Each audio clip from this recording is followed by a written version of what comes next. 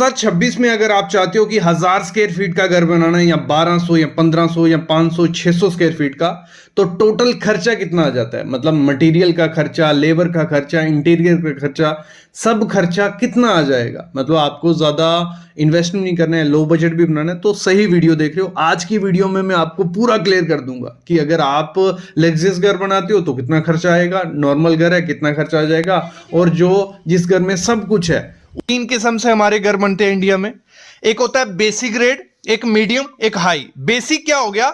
1500 रुपया पर square feet इस समय मार्केट में रेट चल रहा है पूरे इंडिया में। 100-150 रुपया आगे पीछे होगा, लेकिन 1500 रुपए में एक अच्छा घर बनके रेडी हो जाता है, जिसमें आप क्या करते हो, अच्छी लुक भी मिल जाती है, कोई दिक्कत उसमें नहीं आती है। अगर 1000 स्क्वायर फीट का घर है आपका, कितना? 1000 स्क्वायर फीट का, तो कुछ 15 लाख रुपए में वो घर बन के रेडी हो जाता है। आगे बताता हूं कैसे बनेगा। देखो इसकी कैलकुलेशन कैसे करनी होती है। सिंपल फंडा होता है, जितना एरिया है उसको आपको रेट से मल्टीप्लाई कर देना है। मैं समझा देता हूं, फिर आगे बढ़ते हैं। बाकी बहुत कुछ है आगे वीडियो में, है देखते जाना, आप इजिली कैलकुलेट कर लोगे। आपका जितना भी एरिया होगा आप निकाल लोगे। 1800 स्क्वायर फीट हमारा नीचे का था, 1800 स्क्वायर फीट ऊपर, मतलब डिप्लेक्स घर था हमारा। आपका जितना भी एरिया होगा, आपका 1000 स्क्वायर फीट होगा, 2000 होगा, 10,000 होगा, टोटल करेंगे इन दोनों को, हमारा हो गया 3600 स्क्वायर फीट। ठीक है। कॉस्ट क्या थी वहां पे? कॉस्ट थी 1175 रुपए पर स्क्वायर फीट हमने पकड़ी हुई थी। तो मोस्टली यही आजकल 1100 से 1200 रुपया पर स्क्वायर फीट आपका आरसीसी कंप्लीट हो जाता है पूरा। कोई भी लोकेशन है, कोई बोलता है इस एरिया में अलग होगा, इतना होगा, इतने पैसे होंगे, तो इंडिया में यही रेट चल रहा है, कोई दिक्कत इसमें नहीं है। प्लास्टर तक वो कंप्लीट हो जाएगा, लेकिन उसके बाद फिनिशिंग का क्या?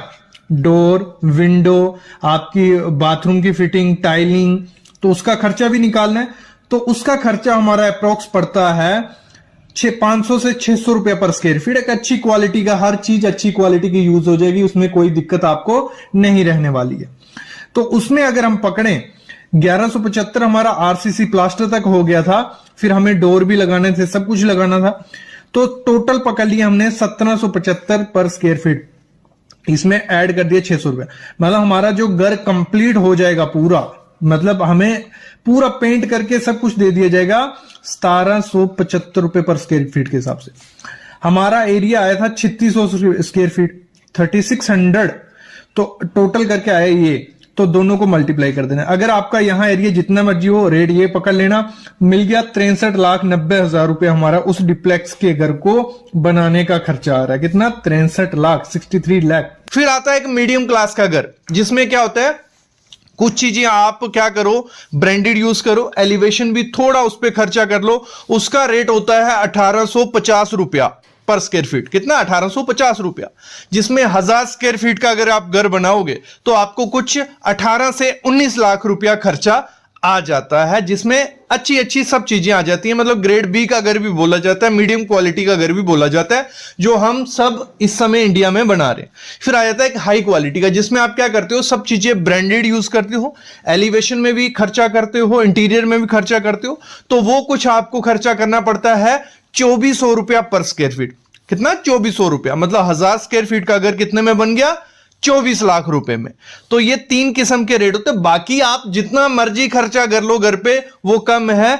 कई लोग तो 5-5 हजार, 6-6 हजार रुपए पर स्क्वायर फीट के हिसाब से भी घर की कंस्ट्रक्शन करवाते हैं, जो घर 1000 स्क्वायर फीट का 50 से 60 लाख रुपए में बनता है। मतलब जितनी चीनी डालोगे उतना मीठा हो जाएगा, वो नहीं है। लेकिन एक जो हमें रिक्वायरमेंट है इंडिया में घर की, इंटीरियर की, वो इस 3 रेट में आपको मिल जाती है। इसमें रेट बनता कैसे, अगर मैं आपको बताऊं, आपको अगर ठेकेदार को चूज करना है, वो क्या दे के आपको 1500-1600 देगा। एक स्लैब होती है आपकी, ठीक है, छत आपका बनता है, छत की बाहर गैलरी निकलती है, उस पूरी गैलरी को वो नापता है।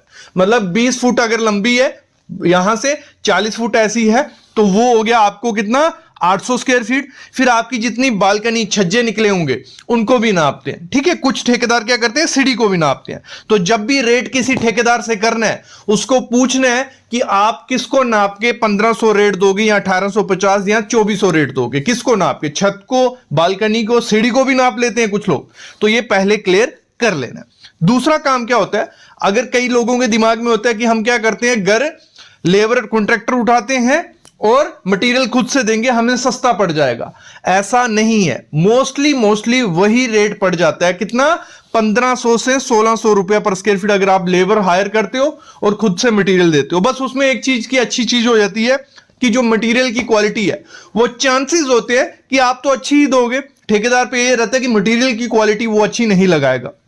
बट आपको लगभग इंडिया में इस समय 15 से 1600 रुपया पर स्क्वायर फीट खर्चा पड़ जाएगा। अब जो ये रेट मैंने बताया 1500, 1850, 2400, इसमें होता क्या है, इसमें फिनिशिंग तक आपका काम होता है। मतलब आपका पेंट पुट्टी डोर लगा के पूरा कंप्लीट काम हो रहा है। इसमें हमारा होता क्या है, मैं आपको थोड़ा फंडा समझाता हूं। इसमें 28% हमारी लेबर होती है और 72% हमारा मटीरियल का खर्चा होता है। मतलब अगर आपका 15 लाख रुपया घर में लग रहा है, उस 15 लाख का 28% लेबर का खर्चा होता है और 72% मटेरियल का। तो इससे आप कैलकुलेट कर सकते हो कि मटेरियल पे कितना जाएगा, यहां लेबर पे कितना जाएगा। जब हमें रेट पता चल जाता है, ये सिंगल स्टोरी का रेट था, ठीक है।